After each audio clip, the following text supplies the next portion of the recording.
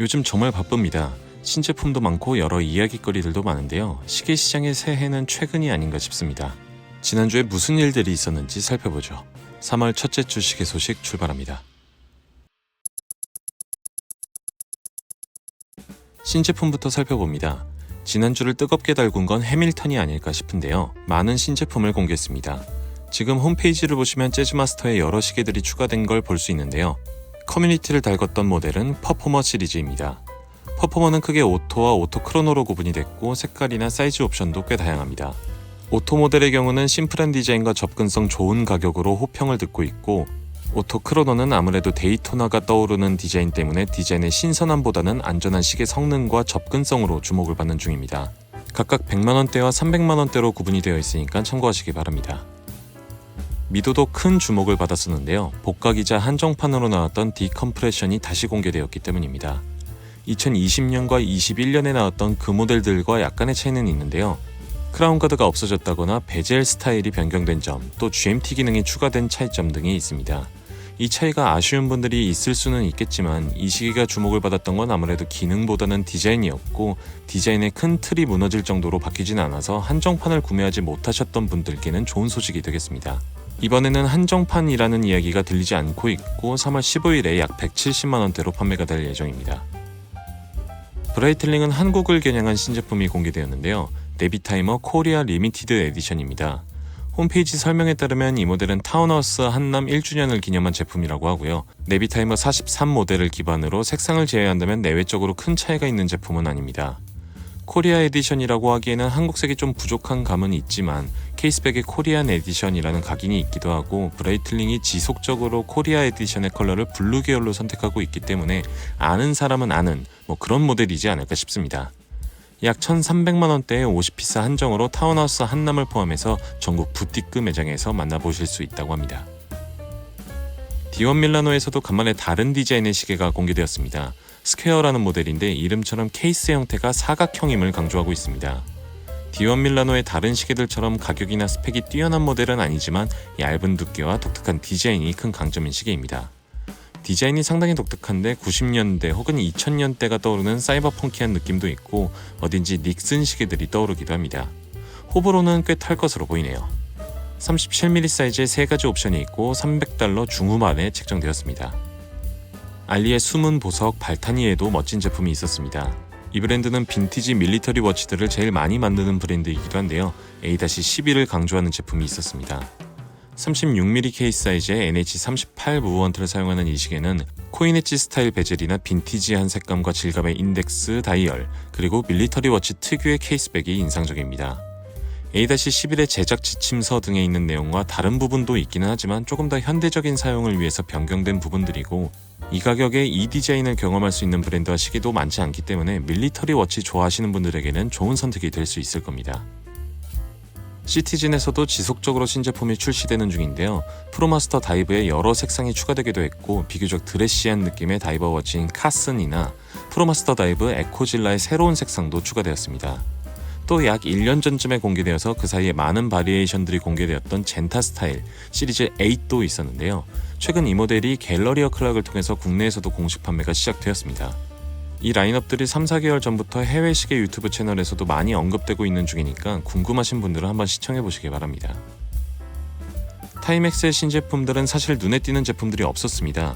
타이맥스 하면 떠오르는 디자인의 시계들이나 스누피 제품들이 많아서 최근에는 다루지 않았었는데 2가지 독특한 시계가 추가되었습니다.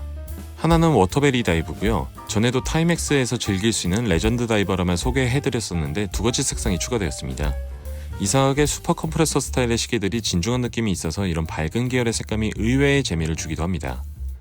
또 하나의 시계는 말린 서브 다이얼 오토매틱 워치입니다. 모델명처럼 케이스백에는 새치의 이미지와 오픈하트가 표현되어 있고 일종의 쿠션 케이스의 서브 다이얼, 타이맥스에서는 흔치 않은 오토매틱 무브먼트가 사용된 점이 특징입니다. 3가지 옵션이 있는데 가격이 약 40만원 후반대라서 많은 선택을 받을 것 같진 않습니다. 포이보스의 신제품은 제법 근사합니다. 프로테우스의 브론즈 케이스 버전이 추가되었는데요. 포이보스 시계치고는 비교적 심심한 디자인이었던 프로테우스가 브론즈 케이스의 다양한 다이얼 색상과 질감을 선택해서 상당히 근사한 시계로 거듭났습니다. 스펙 자체는 기존 제품과 큰 차이는 없는 모델이고 가격은 약간 비싸졌지만 그래도 가성비라는 타이틀을 놓치지 않는 수준입니다. $300 중후반대로 책정이 되었는데 얼리버드 쿠폰 프로테우스를 사용하면 $90 할인을 받을 수 있기 때문에 실구매가는 $200 중후반이 될 것으로 보입니다. 이 정도면 확실히 경쟁력 있는 가격이라 볼 수 있겠죠. 티소 PRX는 제품군이 더 다양해지고 있습니다. 한국 홈페이지에는 아직 업데이트가 안 되어 있어서 미국 홈페이지를 살펴보고 있는 중인데요. 언젠가 말씀드린 러버밴드 모델이 공개되었습니다. 가격에서 강점이 있었을까 했는데 가죽 스트랩과 같은 가격으로 책정이 되었고요. 오토매틱 40mm 모델에는 아이스블루 모델이 추가되었고 쿼츠 40mm 모델에는 화이트 모델이 추가되었습니다. 제가 눈여겨본 건 크로노 모델인데요. 출시와 동시에 찬사를 받았던 PRX 크로노의 블루 모델이 추가되었습니다.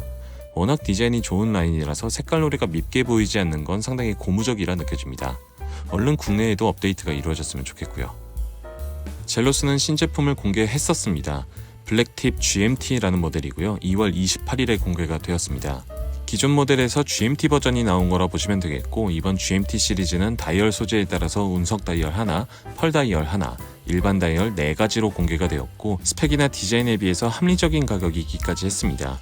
그래서 그런지 지금은 모두 품절 상태가 되어 있는데요. 저는 이 콜 블랙이라는 모델이 너무 마음에 들어서 매일 들락날락하는 중인데 홈페이지나 SNS에 관련된 언급이 없어서 재구매를 할 수 있을지는 모르겠습니다. 자, 신제품은 여기까지 알아보고 이야기거리들도 살펴봅니다. 3.1절을 맞이해서 시계 커뮤니티도 뜨거웠습니다. 그날만큼은 한국 브랜드의 시계를 착용하거나 태극이 떠오르는 펩시 시계를 착용하는 분들이 많이 있었고 한국 에디션 시계를 착용하거나 없다면 최소한 일본산 시계를 피하시는 분들도 있었습니다. 형태가 어찌됐든 그날을 기리는 마음이 순국 선열께 전달되었길 바랍니다. 관련해서 롤렉스 이야기로 이어지는데요. 롤렉스 홈페이지에 일본해 논란이 있었습니다. 롤렉스 홈페이지에서 공식 판매점 찾기를 누르면 동해가 일본해로 표기가 되어 있고 확대를 해야 괄호 안에 동해가 표기됩니다. 기사를 찾아보면 롤렉스는 구글 지도를 사용하고 있는데 구글 지도 자체에서는 동해로 표기되는 걸로 봐서 지도를 사용하는 업체에 따른 문제라고 이야기를 하고 있습니다. 이게 배경이 어찌되었든 불쾌하다는 의견이 이어지고 있고요. 이게 3월 2일경 기사화되기 시작했는데 영상 제작하는 5일, 지금까지 변화가 없습니다. 롤렉스가 이를 모를 리 없으니까 어떻게 진행될지 좀 지켜봐야겠습니다. 코딩키도 이번에 근사한 콜라보를 합니다. 시계는 아니고 클래식한 가방류를 제작하는 글로브 트로터라는 브랜드와 협업해서 시계 보관함을 제작하는 것으로 보이는데요. 이 브랜드는 보시는 것 같은 사각형 스타일의 클래식 가방을 제작하는 브랜드죠. 시계 보관함도 있어서 많지는 않지만 국내 시계 팬들도 구매하시는 걸로 알고 있습니다. 어쨌든 3월 7일에 한정판으로 공개가 된다고 하는데요. 애당초 저렴한 브랜드는 아니라서 많은 분들이 구매할 것으로 보이진 않습니다. 방신의 아빠 시계라는 인터넷 사이트가 있습니다. 중고 시계 판매를 하는 곳이고 이곳을 아는 분들은 아마 빈티지 오메가 때문에 아시리라 생각을 합니다. 롤렉스 오메가를 포함해서 현행 제품들도 많이 있고 빈티지 시계도 많이 취급하는데요. 특히 커스텀된 빈티지 오메가 시계를 판매하기도 해서 아는 분들에게는 제법 인기가 있는 사이트입니다. 저는 최근 빈티지 시계에 꽂혀서 계속 들락날락하는 중인데 마음에 쏙 드는 시계가 하나 있어서 공유합니다. 지금 보시는 이 모델인데 별다를 것 없는 시계지만 시마스터의 상징이기도 한 해마 로고가 다이얼에 표현되어 있습니다. 설명에 따르면 일본 빈티지 샵에서 판매되었던 리폼 다이얼 제품이라는데요. 저같이 어떤 상징을 좋아하시는 분들이라면 분명 마음에 들 제품입니다. 제품 관련 설명은 홈페이지 참고하시면 되겠고요. 네이버에 방신의 아빠 시계라고 검색하시면 쉽게 찾아보실 수 있습니다.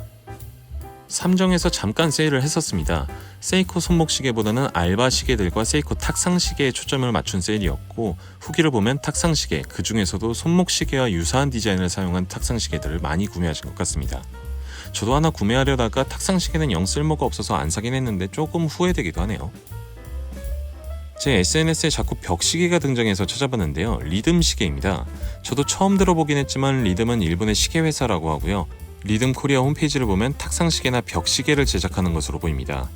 딱 봐도 복잡해 보이는 시계들은 온도나 습도 표기 기능을 포함해서 24가지의 멜로디와 6개의 크리스마스 송을 내장하고 있다고 하고 시계의 움직임도 상당히 독특합니다. 이렇게 뭔가 굉장해 보이는 시계뿐만 아니라 비교적 심플한 디자인의 시계들 혹은 8, 90년대 스타일의 시계들 또는 고풍스러운 디자인의 시계들도 많으니까 인테리어에 관심이 많은 분들에게는 반가운 시계일 수 있겠다는 생각이 듭니다. 시계를 모티브로 한 액세서리들을 종종 소개해드리는데요. 블레또라는 브랜드의 팔찌가 있습니다. 롤렉스 시계를 모티브로 한 팔찌인데 소재는 은이고 당연히 시계로서의 기능은 없습니다.